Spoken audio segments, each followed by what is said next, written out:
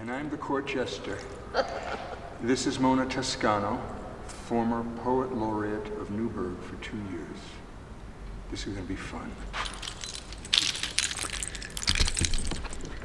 Well, I brought something that you've heard before.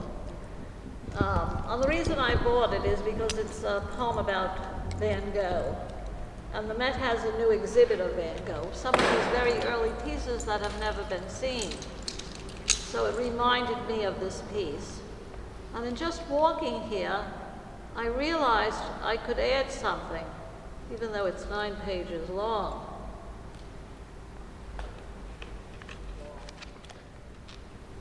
It took 17 years to write The Woman with Steel Teeth, and then wistfully I took it to a poetry workshop.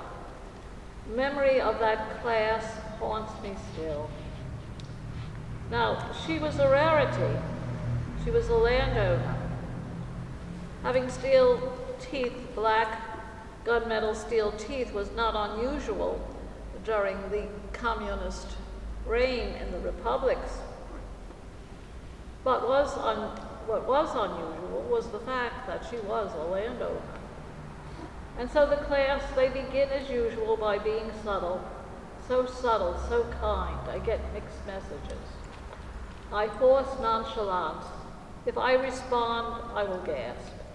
Someone lashes out, "Steel teeth."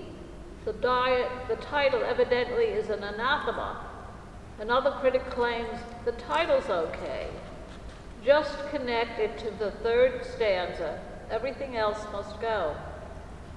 With this enlightenment, I realized it would be easier for me, perhaps, to be a dentist than to be a poet.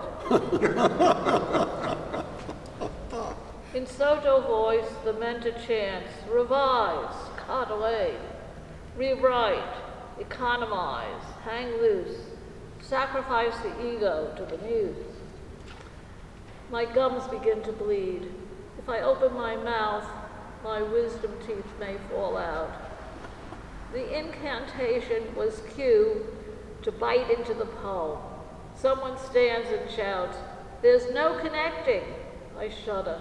Trying to maintain metaphor, I say, "Oh, it's the segue. The upper plate doesn't fit the bottom." Funereal silence. My eyes squint. I close them. I see stars, bursting stars. My head rhapsodizes. Starry, starry night. Someone grunts. Silence again. Then there is head nodding. More grunts. I brave. It's like having front teeth but no back molars with which to chew. Now in unison there is vigorous nodding. I imagine Van Gogh in a hereafter workshop with his 6th starry night. Then someone in my class workshop looks at me and offers, "You probably have more gut to tell than the poem shows." Others agree. I'm holding back. To myself, I note, the poem is 5 pages long. I think now it's 9. For relief, I return to my imagination, to Van Gogh projected. There, Manet, aged Manet, is the first to speak. Vincent, do you have to explode all that energy? Save some for the next painting." Meanwhile, in the poetry group, a young student role plays a toothache greeting of the steel-toothed person. There is laughter, bursts of laughter. I give the class half an ear. Back with Van Gogh, Gauguin blast, too much staccato, much too much. It might work with Cynthia, but not with stars. The poets are chortling now. Yes, they conspire. There's no sheen. Try a gold tooth, some glitter, short of formal.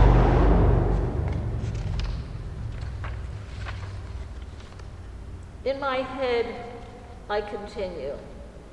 This is a serious poem. I also wonder why I didn't try to write about hair. Look what poet Lee Young Lee has done for hair. In the ethereal, Bonnard clears his throat. Yes, it is Bonnard. Though he didn't exhibit with the Impressionists, he is in this celestial gathering. The authors, We started a movement, Vincent, not a revolution. When you project dreams, don't reveal your nightmares. The unearthed poets entreat, there is a need for a bridge or implant, a gold crown. In the above, Manet continues, remember, Vincent, it was a new perspective as a movement, and then a retreat from the I that we started.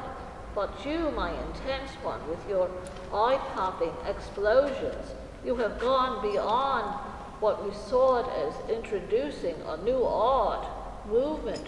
You have exceeded the continuum of radicalism.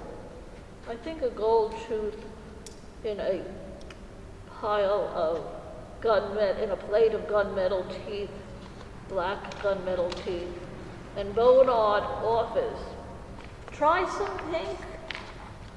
What's wrong with pink? Leave blue to Monet. Maybe you can do for pink what Monet has done for blue.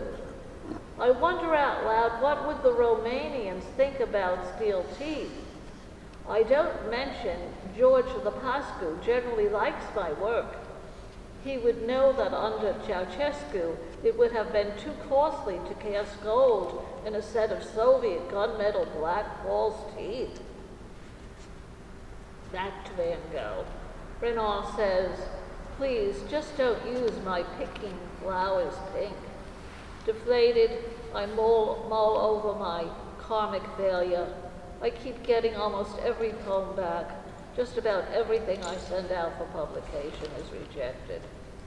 The ethereal Letouche-Lautrec advises, if you want to capture nightfall's gleam, study the revival of the love urge in an old sot. Van Gogh remembers how Gauguin tried to get him to enjoy the nightlife of Anjou. Then one of the poets says, I should try in the poem what I told before I read in class.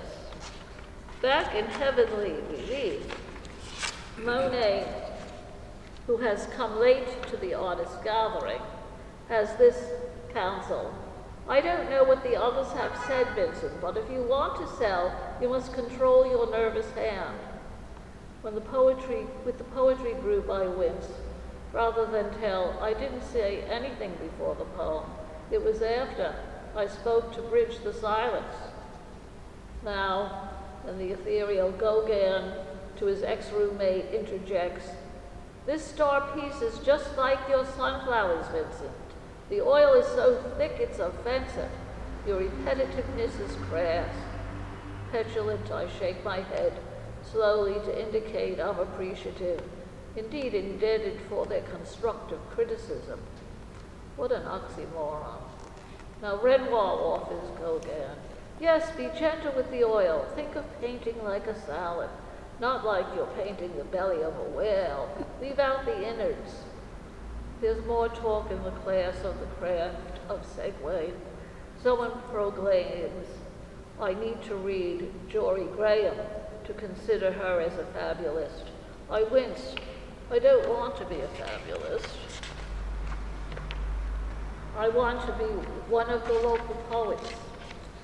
Now, in my thought group, Monet, looking sweetly at Vincent, whispers, listen to the colors, Vincent, not to your head. Van Gogh recalls when he listens, he imagines he hears the doorbell ringing all the time. He imagines he hears the doorbell ringing with word that his brother has sold one of his paintings. He listens so hard he ends up painting the postman Roulin. But the ringing continues. For relief, he cuts off his right ear. Excited by the craft hyperbole, the poets abandon teeth as subject matter and light on double-meaning body parts. Rather than talk to me, they upstage one another with naked fantasies. I try to heed their recommendation. I'm one of the few without a chapbook. How can one be a poet without being an author? Degas says to Van Gogh, I don't know about listening. When I listen, I get distracted. I hear the dancers shuffling their feet. What I try to do is look for the wave and the wake of the dancers. Then I note how they brace themselves. before they dash. I paint their brace and grace. Vincent, have you tried painting how stars stand out, expand their light before they fall? Someone suggests to me that I read Carol Mazzo. In the ethereal group, Pizarro hasn't said anything yet.